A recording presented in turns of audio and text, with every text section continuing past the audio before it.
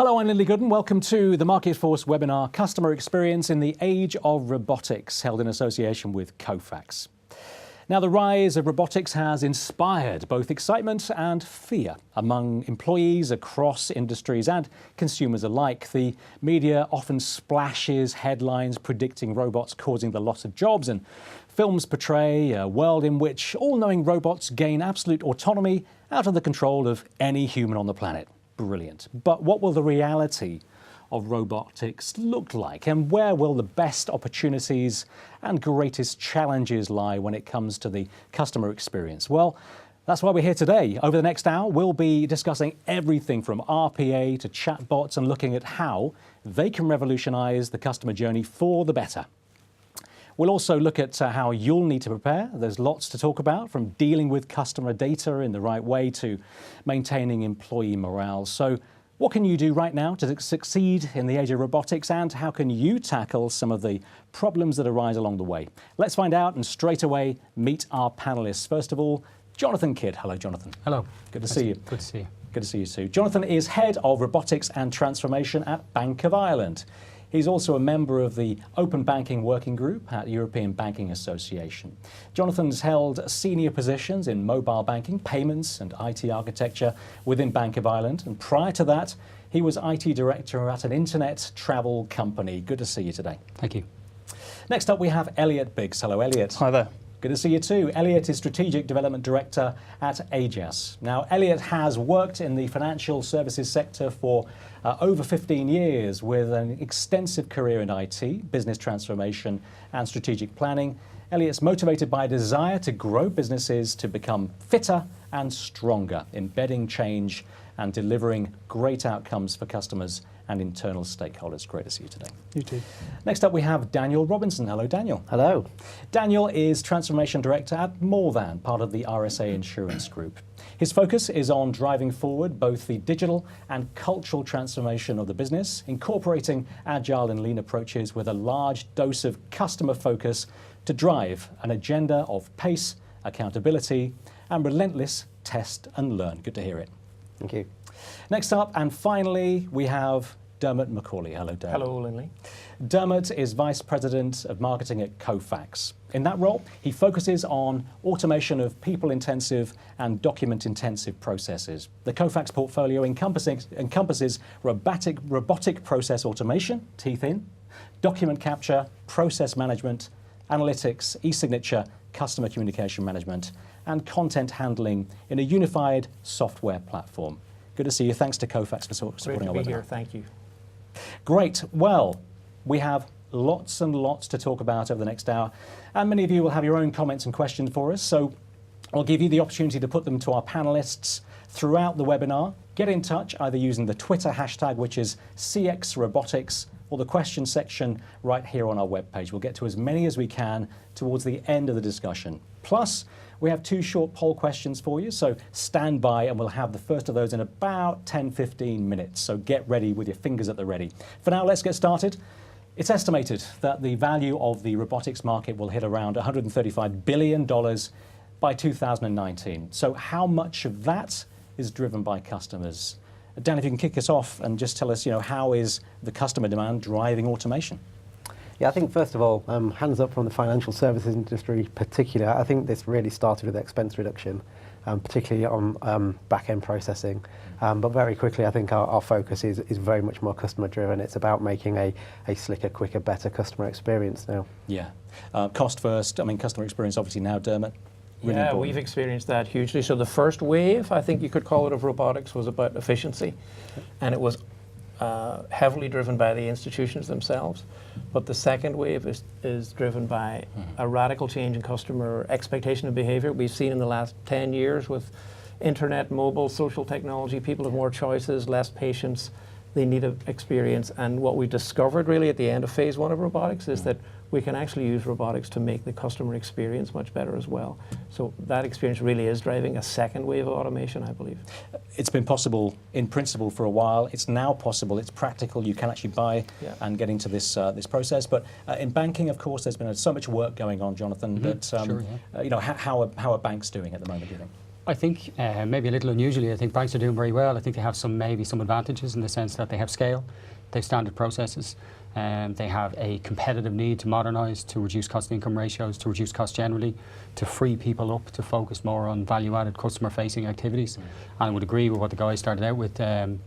We definitely very much when a business starts in automation, it's cost-focused. How much cost can we take out? But actually, regularly when we speak to our peers, they find that when they get into it, actually it's the customer benefits, the risk benefits, and ironically the people, staff-related benefits, which are actually much more the tangible things that we find when we get into it. It's really starting to meet in the middle now, isn't it? Very It much really so, is. and very much become part of the workforce as opposed to a replacement for the workforce. Elliot, how about insurance? How's that working? I think many of the same themes as we've heard, really. Insurance as an industry has increasing customer expectations of it, I think, set from industries other than insurance. I also think insurance is an industry with quite a lot of legacy, and therefore robotics and automation has been used quite extensively to try and overcome some of those challenges and remove them as blockers for delivering great customer service. Yeah, and Dan, would you agree with that? Yeah, I certainly recognise that. I mean, I think robotics can allow you to solve some of the problems very quickly at relatively low cost compared to the much bigger system transformations may be required to get rid of legacy totally. So some might perceive it as a sticking plaster. I see it very much as an enabler to demonstrate you can actually deliver better customer experiences and value and almost buy the license to operate to do some of the bigger things. And we have banks and insurers here, but also with Kofax. I mean, there are so many other industries, and in many ways they are dealing with it very well. They've realised because of the customer focus, they've come from a different angle almost, and so other industries are doing very well in principle. Yeah, I would say the early adopters, if you like, were the consumer-driven industries, retail, telco. One of our customers recently transformed their new application process for opening a broadband account, and they're seeing the opportunity to change and meet those new customer expectations by fueling the relationship and the conversation with information drawn by robotic technology from other sources. But I think non-consumer driven businesses where the customer is not a consumer but another business are quickly seeing that relationship is increasingly important too. And we can change the customer experience where customer is like the big customer, including business customers too. So, funnily enough, the idea of relationship with your customers is, it's been at the heart of so many conversations over the years. But I actually haven't heard that for such a long time because the technology has come through as the thing you need to focus on. But actually, it comes down to relationship. Elliot, any examples or companies that you think have done really well that you kind of, I wouldn't say idolise, but think they're doing good things? Well, I think, particularly in insurance, there are a number of organisations that have stepped into the value chain and particularly on that customer interaction side, have systems that really understand how customers want to be dealt with, how they want to interact with insurance. And I think because they don't have some of that legacy that traditional insurers have, they've been able to do that in a much more streamlined way. And clearly they have an advantage there. I think the challenge for us, as we've already mentioned, is about how do we overcome the barriers within perhaps the more established firms. Any other thoughts of companies that not only have perhaps a good customer relationship already, but thought that automation perhaps would be a good way to streamline processes? Any thoughts, just even from your consumer life? Any thoughts, Dan? My tried and tested favourite example of this is Amazon. I'm sure everyone's probably nodding and they've probably used it themselves, but I'm a massive Amazon Prime convert, and the fact that I can one evening do a single swipe to buy something that arrives on my doorstep the next day, I think is phenomenal. I kind of don't care as a consumer how that works, but behind the scenes there is a huge amount of automation from presenting me that thing that I bought in the first place all the way through to getting it to my doorstep. As a customer, you don't, and we talked about this before we came on, you don't really need to know what the process is. You just mentioned that, Dan. And quite honestly, the really good ones are seamless. Absolutely. Yeah. I mean, that's true, isn't it? And, I've used Airbnb. Other accommodation services are available. But again, really technology heavy in many ways, but pretty seamless. Actually, I feel like I'm dealing with a human. And that is the enabling element of the software when it's employed correctly and it starts to join up the dots. That is ultimately I think joining the dots is an important thing because it's, we go on a journey as a customer, and I had this recently with, it was another high-tech vendor, was Apple. Had to return a set of headphones. I was a little nervous about it because that's usually a horrible experience in my experience, and it was surprisingly, from the beginning right through to the end, they had joined the dots in the multiple touch points I had with them in the journey, and I was continually surprised. They knew who I was, they knew what the problem was, they were able to promise and anticipate what I wanted. And so that sort of beginning to end use of technology behind the scenes really impressed me. So it's building loyalty, whereas I might be thinking of going to another provider if it was a horrible experience. That's absolutely something we found as well. I think we initially were titled automation or robotics, but actually we rebranded internally to be called Digital Operations. And the reason for that was that we recognised that there's actually a suite of services built around workflow, RPA, data, management of data, customer communications. There's 4 or 5 or 6 tools actually, many of which Kofax use or bring to market. And actually together they provide the transformation in customer experience. On their own, they're just a link in the chain. But together they allow you to join the dots between the customer and, as you say, a lot of legacy in the back end, which is very difficult to expose in a seamless way. So we found that broader digital context That's a very interesting. really I mean, I've noticed the language evolving. So RPA, the acronym wars, emerging terminology that we see our own customers using is digital process automation, and it ties robotics with those other things you've mentioned. Absolutely, and the only reason we still use the moniker robotics or the tag of robotics is actually if you talk about something broader than that, people don't necessarily know what you mean, whereas they've all heard about robotics, but it is that broader skill set and tool set that is actually making the transformation. With robotics maybe at the heart. The robotics is hot, I guess. It is. The board is interested in robotics. It is. How can this benefit me? And it is a little bit of a silver bullet relative to something maybe longer term like data transformation and personalisation, etc. Everybody loves a catchphrase, but of course it does wrap all of that. It has to be joined up, and that's why it wraps all those elements into it. And a lot of people watching us today will be more than just interested. They'll be working day to day in this as supplying or working with an incumbent organisation. But there are so many opportunities, as we've heard. But Elliot, the Internet of Things, I mean, one of the great assets is that it can bring in information and process it, or help you to process it in the right way. So how can the Internet of Things be employed, be laced in to your awareness of your customer? I think increasingly in a world which is connected, what we get is access to data far more frequently than what we've had before. It's less transactional and it's far more real time. I think we also get a different kind of data. Rather than just the factual information that we would capture on a web form, we get behavioural data. And I guess the analogy that's perhaps easiest to understand is telematics. Previously people would punch in details about their car and where they live. That's fine, but actually the telematics data gives us much more insight about that individual and their driving habits. And I think the Internet of Things and connected devices can do that in a much broader context. I think the key challenges, though, are how we leverage that, right? So that information is very good, but if it's not driving value outcomes for consumers, or if organisations aren't geared up to actually leverage the data they're receiving, then it's a wasted opportunity. That is right, and with all the technical knowledge and the employment or the adoption of any technology, including AI, including machine learning, including robotics, which is everything together, the challenges still need to be overcome. You still need to identify what the challenges are before you can start to attack them. Yes, I'd suggest that in whatever that customer journey might be, if they're opening a new account at the bank, it's you really ought to start at the beginning and map out the customer journey and the 10, 12, 14 touch points with that customer and maybe with third parties. And as you're mapping that out, realize that you've got a lot more information, but in this regulatory environment where GDPR is just about to land on all of us, you need to be sure that if you're having a conversation at those touch points with that customer in a great customer experience, at some point you need to have a consent loop and plan the consent loop so the customer says, yes, I'm happy for you to take that information that you've gleaned from our conversational stream in the chatbot and use that to drive your onboarding process for me. Don't leave that to the end. Join the dots. I think taking that, if you consider that end to end and the customer consent, etc., and if you look at the frequency with which channels are changing and the technologies in the stack are changing, one of the advantages of automation is that it allows you to respond to that very quickly. So, for example, if a new channel is added to our banking front end, we can respond. We can create a robot to interface between that channel and the underlying systems in 8 to 12 weeks, something like that. Whereas if you have to extend the core systems, that's going to take an awful lot longer. Yeah, I think that's right. I think the other point I'd make is it's almost like you can't unknow something. So if you as an organisation have got timely real-time data from a customer, they'll expect you to act on that. Whether if that's the case for fraud in banking, maybe, or in the case of telematics, an accident. Once you know that, you've got an accountability to do something with it. It's not okay to do that 3 days later. It has to be done now.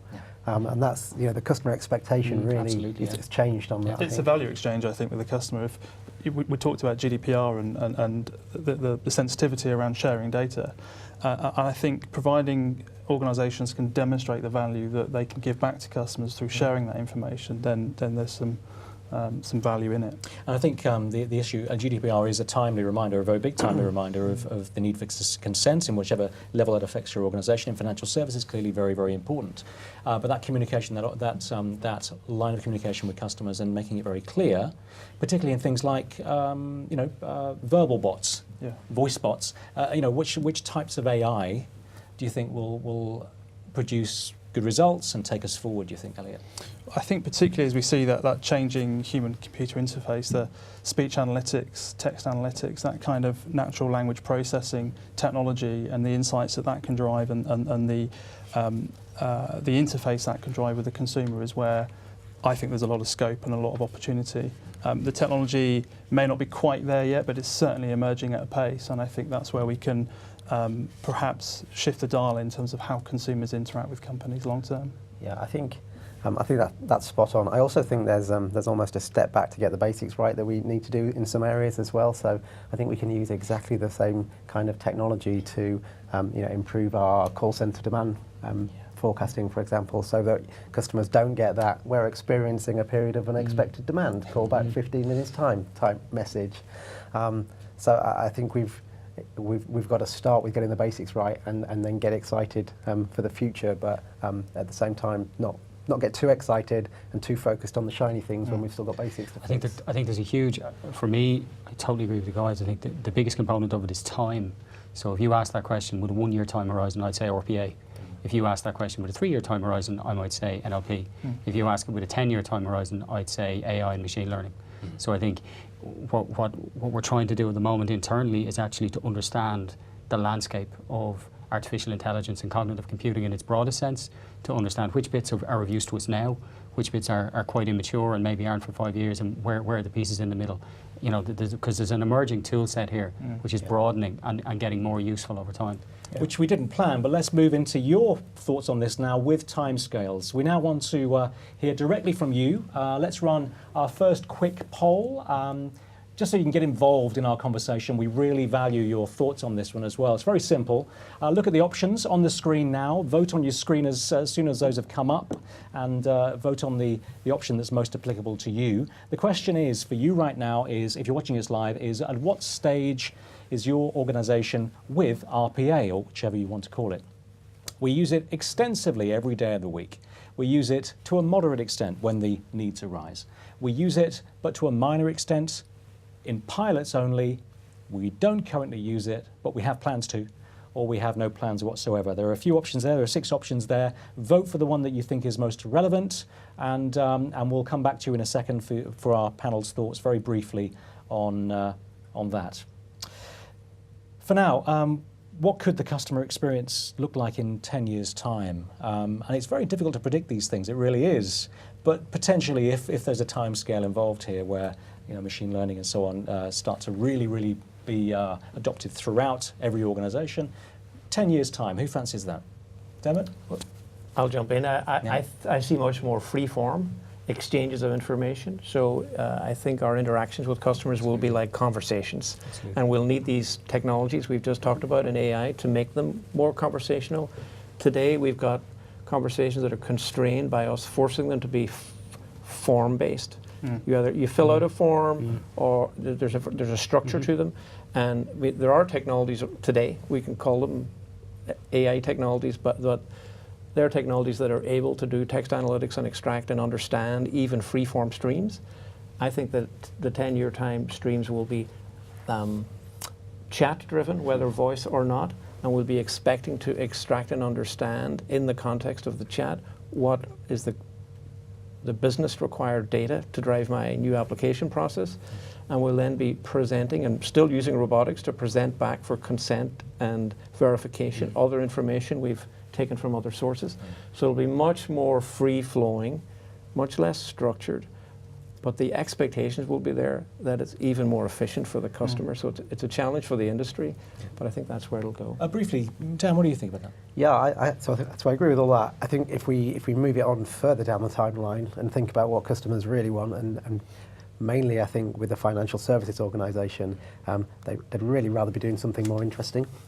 So they want it to be quick, easy, painless, so they can move on and live the rest of their lives. And actually, when my Alexa does exactly what I want it to do, I'll have my bot talk to your bot and actually cut out a whole chunk of the customer experience that currently exists. So, maybe there'll be less emphasis on the look, feel, design, usability of a website when actually it's bot to bot. That might be 15 years down the line, maybe, but it's definitely possible. Convenience, definitely, but the natural, the personal touch almost, or the touch that I choose will be fundamentally important. I mean, essentially, it's going to enable us to have the relationship with our technology that we want to, with a knowledge of security, of reliability, and all those things that perhaps aren't necessarily joined up in an omnichannel world yet, but will be. You've already been in touch. That's fantastic. Thank you very much. I'm going to read out these answers very briefly, and we'll get a couple of thoughts on what you think. The question was, at what stage is your organisation with RPA? How advanced are you? I'll go to the minimum first of all. 6% think we use it extensively. Thank you very much for being really honest with us on that one. Very few use it extensively, 1 in 20. 1 in 10, 10%, we use it to a moderate extent. 22% say we use it, but to a minor extent, so project by project perhaps.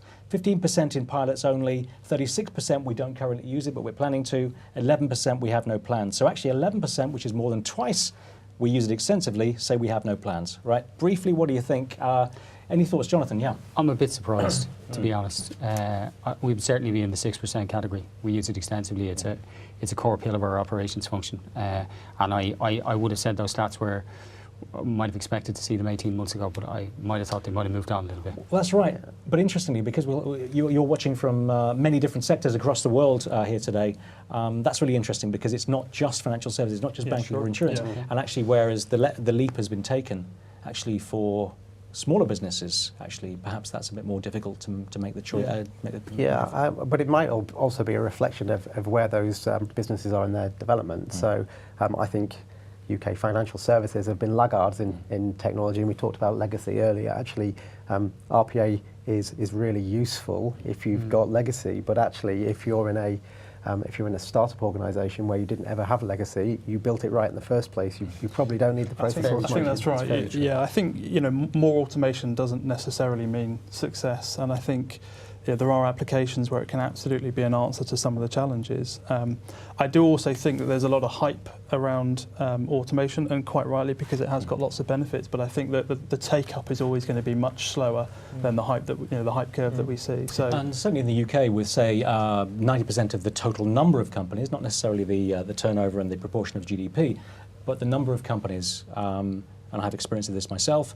Actually, automation is very useful in the back office. It can take out the hassle, but actually that personal relationship still isn't potentially achievable in the way that I would want it. And that probably is true of many companies.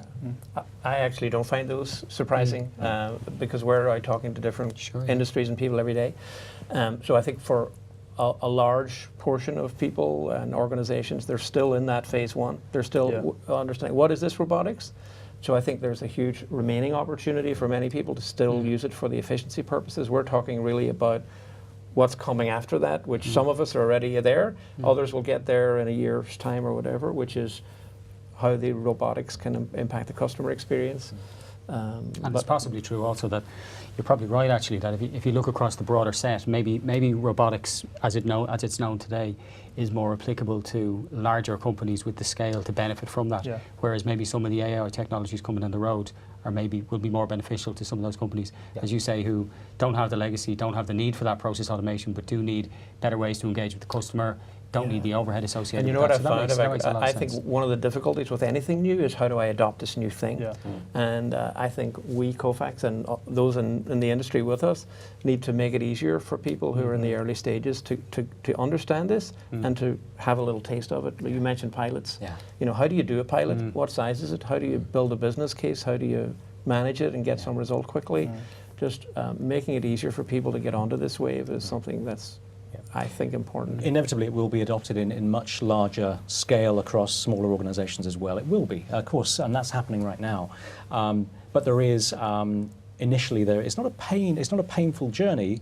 It's more, how much data do I really need to make this business work? And there'll be an interesting conversation to be had. And there is a huge wide world out there that perhaps smaller companies aren't yet making use of. And that'll be interesting. Before we do move on, the customer interface, Dan, how will this change our experience as customers, do you think? I mean, it should make it seamless, a lot more informed, quicker. What are the key things to get right?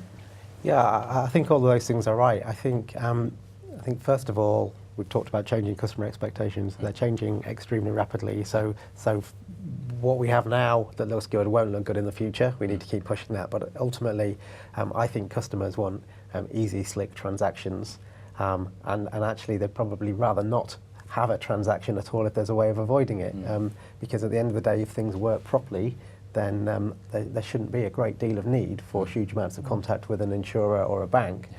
Maybe if you're in retail, actually their expectations are very different and they're looking for more regular contact and they enjoy that. Maybe it's something that they enjoy and love. But I think it's quite different depending on exactly which bit of a customer experience you're looking at. And I would guess in retail, actually, there is a willingness and I'm reaching out constantly as a customer. It's a very different line of work in many ways, although that they are homogenizing, and the more contact you have with the customer, which is not too intrusive, is always going to be beneficial. That relationship can then be improved, and this is potentially the way in the future to do that. But let's move on. So far, we've discussed how robotics could transform the customer experience. Let's now look at how you can automate the customer experience more successfully and practically.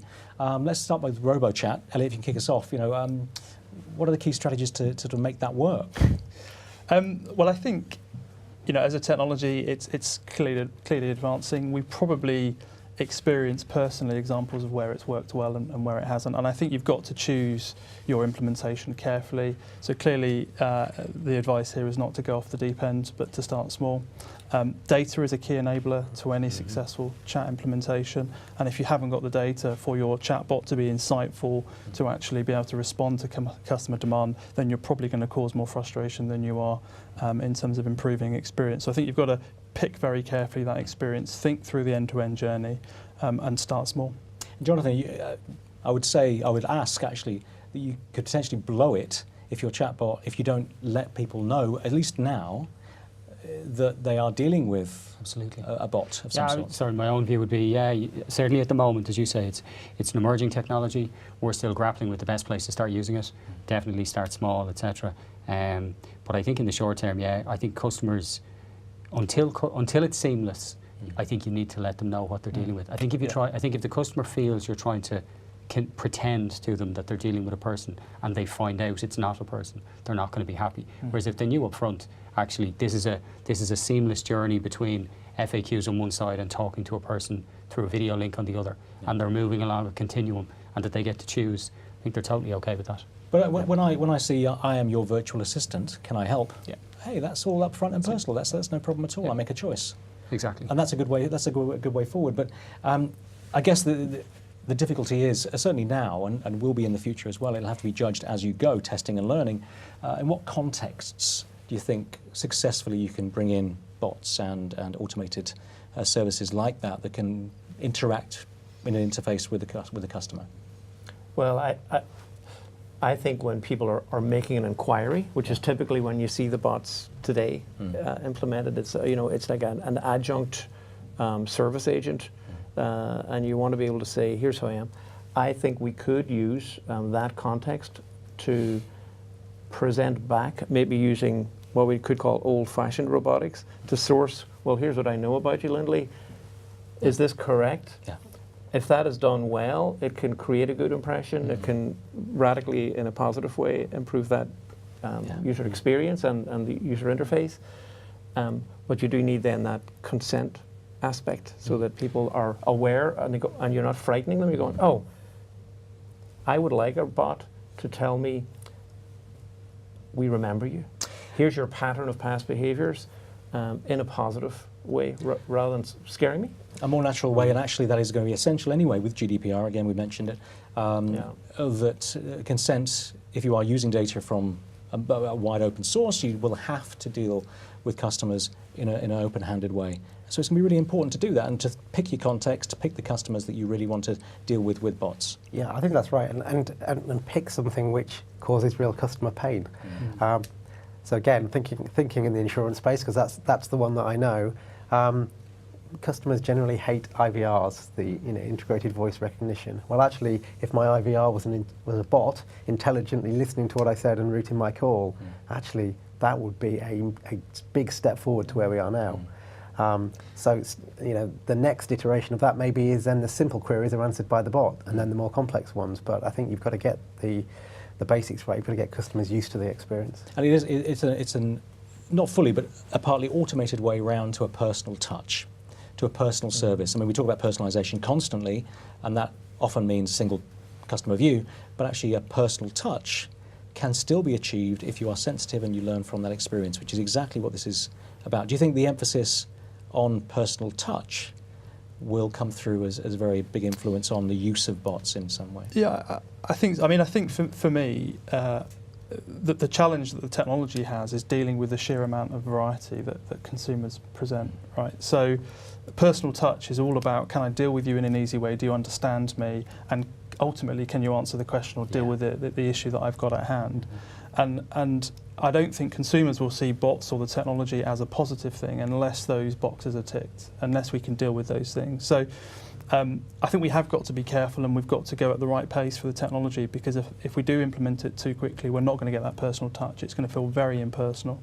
We've seen that with IVR technology, poorly implemented, it drives customers bonkers. But actually do it well, and it can be an enabler. Yeah, literally what I would say is that there's a danger here that what we do is what we did with IVRs, is that we try and automate the person out of the interaction, and I think then you lose the personal touch. So picking up on something Jonathan said, I think the future is more about the augmented human, where there'll be robots that'll help the service agent or whomever it might be know more about you, so that the personal touch can be really personal. It is a person, but that person is not ignorant of everything you've done in the past and doesn't recognize you and has no idea that you're a customer of the bank, but actually knows much about you, because in an instant the context is presented to that person and they know all about you, Jonathan. They say, I think if you think about, I actually think it's more important to think about the personal touch than it is to try to replicate it. What I mean by that is we all go into a shop, our local shop, on a weekly basis, and there's maybe 3 people working there, and there's 1 staff member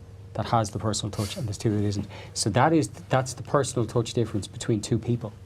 So trying to replicate the personal touch in a robot is going to be extremely difficult. So I think it's much more important to understand where personal touch is important, because if you don't understand it, you will trip across the line and, as you say, upset people unknowingly. So it's a great point. So far, so good. Really interesting. We were just over halfway through our discussion. Do get in touch with your question and comments. We're coming through live at the moment. You may be watching us on demand. If you're watching us live today, then please do send in your questions and comments right here on the webpage or through Twitter at CX Robotics is the hashtag, CX Robotics. For now, it's time for our second live poll. The question for you is, what's the biggest challenge that organisations face, that your organisation faces, when deploying robotics to improve the customer experience? Whatever you are on that scale from the first poll question, what is your position in terms of the ease of use? Identifying the best opportunities for robotics, that's the pain point. Making robotics smart enough, proving the value of robotics, managing the robots as an addition to the workforce, as Dermot was just saying.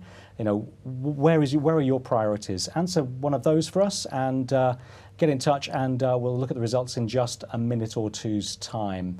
But in terms of rolling out RPA successfully, let's talk practically for a moment. What couple of things that you need to look at right now? We've kind of covered quite a few of them. Jonathan, key things to get right. We've talked about the personal touch at the end. Is it a legacy thing?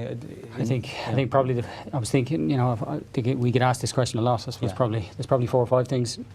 I probably believe that executive support and a reasonable level of autonomy to allow you to get up and running. There's a lot of hurdles you need to overcome, which can be done more easily if you start small and you're given autonomy.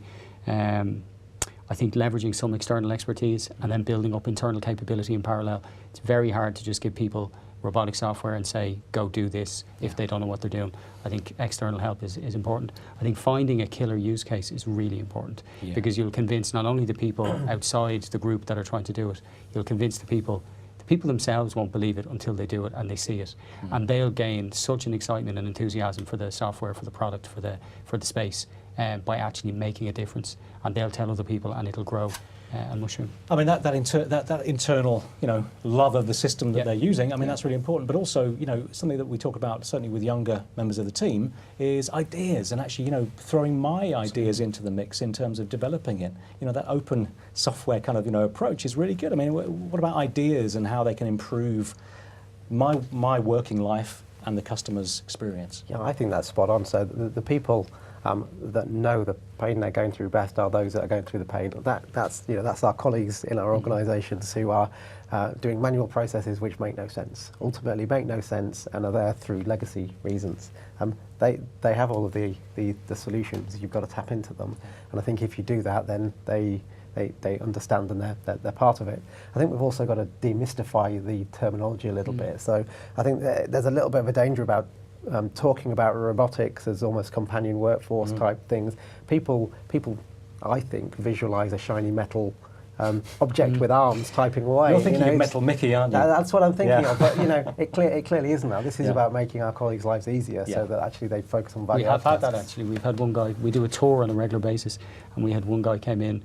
A German colleague came in, and literally his face fell when he walked into the room and didn't see robots. He expected actual robots. So brilliant. You do have to demystify this, absolutely. I think there's just one other point that I would add, which just because you can do robotics doesn't necessarily mean to say you should. And I think particularly when you're going into this space, you should ask yourself some very serious questions about why you're doing it. Do you need to do that process in the first place? If not, don't do it. Don't automate something that's wrong in the first place.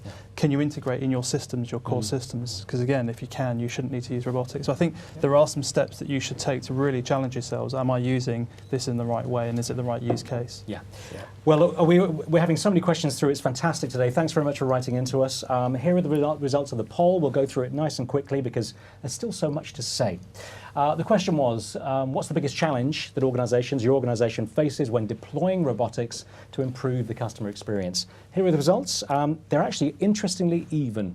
May make for interesting comments or more difficult for us, but I'll go from the least, the one that you think was least important, first of all. At 20% on 2 scores was managing the robots as an addition to the workforce. That was at 20% of you thought that was the biggest challenge. Another 20% was proving the value of robotics, interestingly, which was really interesting. We've just talked about that. And one of Jonathan's thoughts was that, that's one of the most important things, to prove the value, the benefits. Next, at 24% of you thought that making robots smart enough was the biggest challenge. But the biggest challenge by far, 15% more than that, give or take, was identifying the best opportunities for robotics. Now that's understandable from a business case, Dermot. I mean, surely. Yeah. As you were saying, it's what I would advise people, as Jonathan was advising, is to find the best opportunity, is to step into the shoes of your audience, which is perhaps your customers, and walk through that journey that they go through. Customer journey mapping is a common, increasingly used technique. Figure out where are the touch points in that journey, and that will lead you to find the place where robotics are going to give you the best return, and then build what's, I think, been surprising to those who've adopted robotics in the last 2 years is this is a technology that actually can be implemented quickly and return results quickly. So you can build a business case quite easily and quickly. I would advise that the business case be not only on efficiency, but the way to get a board to agree is to show efficiency here, but also show return on customer investment. Customer loyalty, greater revenue, et cetera, et cetera. Yeah, and I would say that you've got to approach it with the right mindset. So if your approach is, I have a robotics solution, let me find a problem to fix, you'll get it wrong. If my approach is, I have a big problem, what's the best solution? Can robotics play a part? You'll probably get it right. But just because it's shiny doesn't mean it's the right answer. Are the days gone where clearly through the last 10 years, huge investment projects in terms of getting rid of legacy systems or patching around the outside and doing so much work on software, which has been absolutely essential and it really has improved things, but you threw money at it. And that I guess that you've learned from the lessons there. Well, and I think that's where robotics actually can be a really successful technology, because getting into it isn't really expensive. You know, it's a myth if people think it is. You can actually acquire the technology relatively cheaply, certainly compared to those systems integrations that you talked about. And I think that's where there is the opportunity to test, to learn, to really gain some insight and to scale from that point. And I think that's probably why it's gained the attention that it has, because it's a much cheaper alternative to doing some of those things. Dermot, that's got to be true. Yeah, and what I like to do, because technology tends to have a behavior of taking longer than you thought. I like to challenge not only ourselves but our customers and the executives to say, let's see a result within a business quarter, because that's what executives think in. It's a business quarter, 90 days, robotics can feasibly be implemented and show a tangible return in that period, and that will then give you momentum. So if you're able to do that, then the second and third project will be easier to get done. And I recommend getting the first one in 90 days, then getting 2 more, and then thinking about the fourth topic there, which was managing the robotic workforce. 90-day test and learn. That's a new one. That's not one that many people watching us today will have heard of You before. know what? I think there's a huge demand for that. Yeah, I think people are scared of it, but I think robotics. No, I think that's a reasonable you've got the Yeah. experience, and so do we. So. It can be done. Yeah. You can do that. If you treat robotics like a traditional systems implementation, then I think you're going down the wrong route. You've got to think about it far more in a far more agile way, and as you say, seek to get those results as quickly as possible. Yeah. I think the other thing I'd add is you've got to get the basics of proper scientific experimental design right. What is your control for this? Yeah. Because what I've seen in a previous life is where you focus on that kind of project, it naturally improves, your control improves because people are thinking about it and solving problems themselves. So you might do a decent sized investment, but actually it's fixed itself manually in the meantime. So measure it properly. Really good, really interesting. We must move on. Of course, it's not just the board whose buy-in you need. We've established that already. The rise of robotics will obviously present big changes and challenges for the workforce, the people who are joining up the dots. So a question to anybody really here, should RPA replace or support the workforce? I think we've already touched on it in some ways, but let's go into practicalities. I mean, look, if the culture's not right, if the people aren't happy, and they're not chipping in their ideas, you've got a big problem, a time bomb waiting to happen. So, support, I assume. It's got to be support. Well, I think there are 2 truths here. First is robots are here to stay. They make all our cars. Right? That's the robots people expect to see.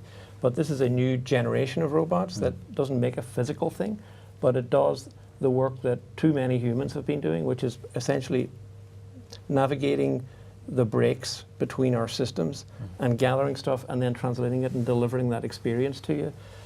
That shouldn't be human work. No. Let's get away from it, and it is going to impact some customer-facing people. Yeah. However, as an organizational leader, I think what we need to say to those people is that the thing to see here is opportunity to invest in your personal skills to deliver a better customer experience, and hey, use the robots to make you a better customer service rep, a better salesperson, a better person interacting with customers. Don't see them as just a threat to my job.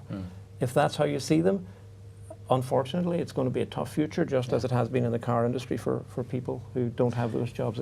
But you still can't do a great customer experience without an actual person representing you. Who's woken up in a cold sweat one morning, painting a picture of how a great customer experience, a great customer service, and an experience kind of joins up with the AI and the machine learning and the robots and whatever other tech you have. How do you picture that? Is there a system, a broad system that would make that work, a feedback loop? Well, there certainly is for us. I mean, it's probably broken into 2 broad, unfortunately, if we fade into technology for a second, are 2 broad areas. So if we separate the front, in other words, the customer interaction piece from the back, and we call one fulfillment, and we call the other, I suppose, customer experience or customer interaction. So very much see both sides of the equation being a combination of people doing the more complex, the more value add, designing new services, getting involved in robotics, leveraging SME knowledge, as you say, to build processes better on the fulfillment side. And in the customer interaction space, what we find is, I mean, we're starting to do some work with our call centre now, and the appetite for customers to have a direct customer interaction is far higher, far greater than our ability to meet it. So if a robot can take away some of the activities and some of the time that people are spending when they're not having the opportunity to interact with a customer, what you're doing is freeing them up to do that work. And what we're finding is the more that we implement robotics and automation, the more staff are embracing it as a way of freeing them up to do the things that they actually want to do anyway. And you find whether it's people in branches or people on the phone, they tend to be people who like looking after the customer. So they want that. They do not want to be logging complaints. Jonathan, that's the doing context I would put it in. I talk to many organisations, and the front office, back office split is extremely typical. And what I advise is put that split in the background. Think about what I call the high value customer journeys. It could be a new account opening, it could be a policy renewal, it could be, these are the things that keep you, your organisation and your people employed and growing. And orient your thinking around those high value customer journeys. In every journey, if you map it out, there's going to be places where phase one robotics, which is just an efficiency play, can make that customer journey better. If you put the customer at the center of your consideration, those journeys go from the front office to the back office and back again, and they oscillate from the beginning of the journey to the end. That gives a context that also helps the people in your business realize, okay, that's what I'm here to do. I'm here to make those beginning to end customer journeys more successful. They're highly valuable to us as a company. They're going to create more employment rather than robotics stealing my job. Before we do move on to questions, which are coming through thick and fast, thank you very much for those. Skills, in very brief, what new skills do people need at the front line? A little bit of tech knowledge, or is it just a case of is it just an awareness of the way the software works? I mean, clearly training is part of this in order to upskill or cross skill, but what do people really need from now on to do it really well with the technology in mind? So I think there's kind of two aspects to that. One is what skills do you need to implement this new technology, and the other is what skills do people need to work with it. Absolutely. If I go with what do you need to work with it, then actually I think it probably brings a greater focus on customer service and empathy, because the agents are dealing with the more complex, almost more interesting sides of the work rather than the dull manual processing bit. From an implementation point of view, I think you need the same kind of things that you need for other technology delivery, but you absolutely need to have that agile mindset and to have a thought process that works on a test and learn basis. Because if you, as you mentioned earlier, if you try and do this almost in a big bang traditional systems implementation way, you'll definitely fail. It's such a lot to take on at once as well, and there is always going to be resistance to that. So I mean, it's just a gradual listening exercise, which has a multiple of skills from the interface point, from the implementation, and then the customer experience. Yeah, I mean, ultimately we want to make lives of those dealing with customers easier, because the easier they can access the information that they need, the more they can focus on the actual human interaction. And I still think, and I hope that in the future, the human will still be at the heart of the interaction, because I think that's what we're brilliant at. I think what the technology can do is take away some of that noise in the background. Well, look, it's already been a really detailed discussion. We hope that you found the insights from our panel so far really helpful. Many of you will be based a long way from where we are in London, so wherever you are, it's now time to share your comments and experiences with us as we spend the last 12 minutes answering your questions and comments. So throughout the webinar, we've been asking you to get in touch. You can do that through Twitter still. If you're watching us live, through the hashtag CXRobotics, or you can do it here on the webpage. Let's now have a look at those and get our panelists' thoughts and feedback. First of all, a question from Simon Potts on my screen here, non-aero revenue director at London City Airport. Thanks for writing in to us, Simon. How might robotics transform airports and the whole air passenger journey? Now, interestingly, I was told in my little magic earpiece that Dermot, can I throw that to you? Airports. How interesting. Difficult. I'm one of those frustrated people who travels too often and has sadly horrible experiences. So context for me would be incredibly helpful. So I'm in the airport, I have my mobile device. I would like on that to be able to see everything that is relevant to my journey and to have it in a consolidated and easy to use form. Today, that's very difficult. There's a bunch of apps from this and that vendor that will do that for me or give me little pieces of the puzzle. But what robotics could do is behind the scenes pull the information either from the airport itself, from the airline, from the booking agent, from whatever the source is, represent that to me to give me the context and personalize, say, Dermot, you're running late as usual. You should leave home earlier. Yeah. But here's the news: your flight, the incoming from Dusseldorf is already delayed 15, so you're going to be fine. We suggest you go down this corridor because that's where the fast track. So robotics could bring context that would help give me a better airport experience, if that's the context of the question. There is something interesting there as well, in that airports are a piece of parts. There are many, many companies interacting in order to make that work, right? So, and you mentioned that, the ability to collaborate, well, to have a really good, quick, almost real-time partnership between the other people in the supply chain. Well, wouldn't that be a good thing? Because how many times have we been stuck on the stairs coming down to the tarmac, and somebody said, yeah, it's that department or it's that department. Yeah. You know, joining up the dots between partners. Yeah, and I'd say, certainly from my personal experience, I think it already has. So if you cast your mind 10 years back, then the concept of online checking and just doing a quick bag drop, I think wasn't there. There's huge queues, flights all arriving at the same time.